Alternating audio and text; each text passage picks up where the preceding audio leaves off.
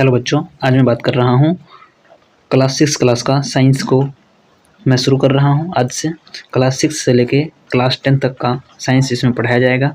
तो बच्चों ध्यान से कॉपी और कलम लेकर ही बैठें। मैं इसमें जो इम्पोर्टेंट बातें होंगी, जैसे नोट्स बनाना है कैसे, मैं सिर्फ नोट्स को प्रिपेयर करूँगा, ना कि मैं एनसीईआरटी को लाइन बाय लाइन पढ़ाने वाला हूँ। मैं आपको एनसीईआरटी से ही जो इम्पोर्टेंट तथ्य है उसको देखूँगा। ओके, तो आप लोग तैयार रहेंगे। चलिए शुरू कर रहा हूँ। क्लास 6 का पहला चैप्टर भोजन। यह कहाँ से आता है? खाद्य संगठक और स्रोत। ठीक है, भोजन यह कहाँ से आता है, ये पहला चैप्टर का नाम है और इसके अंतर्गत आता है खाद्य संगठक और स्रोत। ये टॉपिक हुआ। तो आइए हम देखते हैं संगठक क्या होता है। तो संगठक क्या होता है?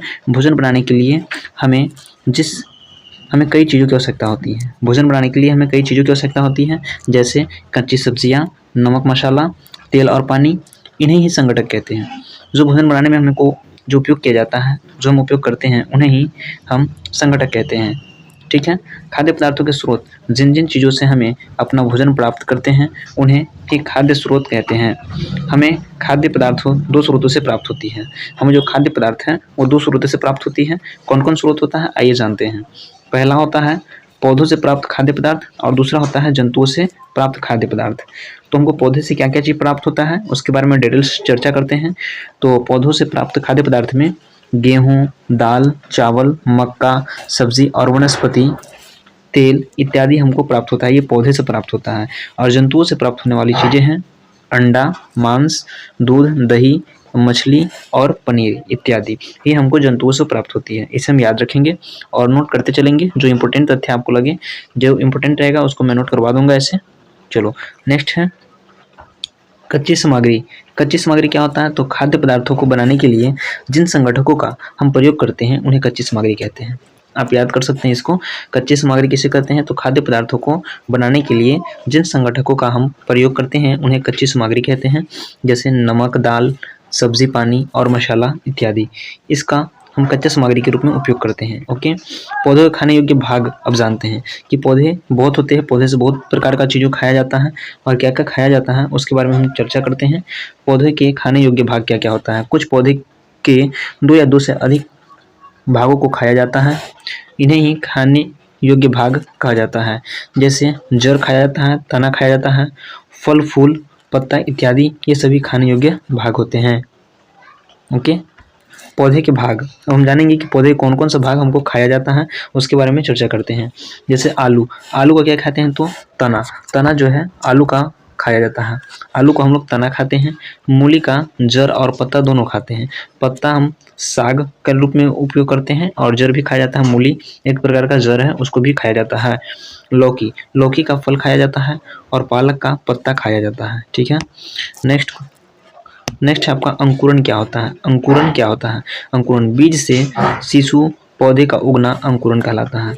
बीज से शिशु पौधे का उगना ही अंकुरण कहलाता है। जैसे मूंग का अंकुरण होता है और चने का अंकुरण होता है। ठीक है, इसका अंकुरण किया जाता है ना, तो अंकुरण समझ गए होंगे। नेक्स्ट है अंकुर क्या होता है?